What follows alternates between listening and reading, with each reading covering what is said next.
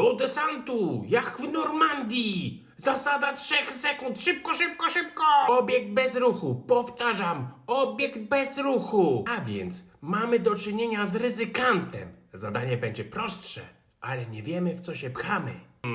Jak nie muszę podejmować decyzji na szybko, to sam nie wiem, czy ja chcę iść na tą wojnę.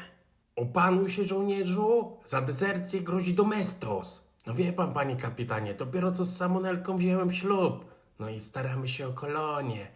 No i dyplom dostałem na tasiemologii. Będę mógł pracować w zawodzie. Grunkowiec, znamy się 20 lat, więc powiem tobie to jak przyjacielowi. Samonelka wcale nie trzymała czystości do ślubu. A poza tym słyszałem, że tam jest ropa sucha. A więc to misja pokojowa. Samonelko, wrócę do ciebie.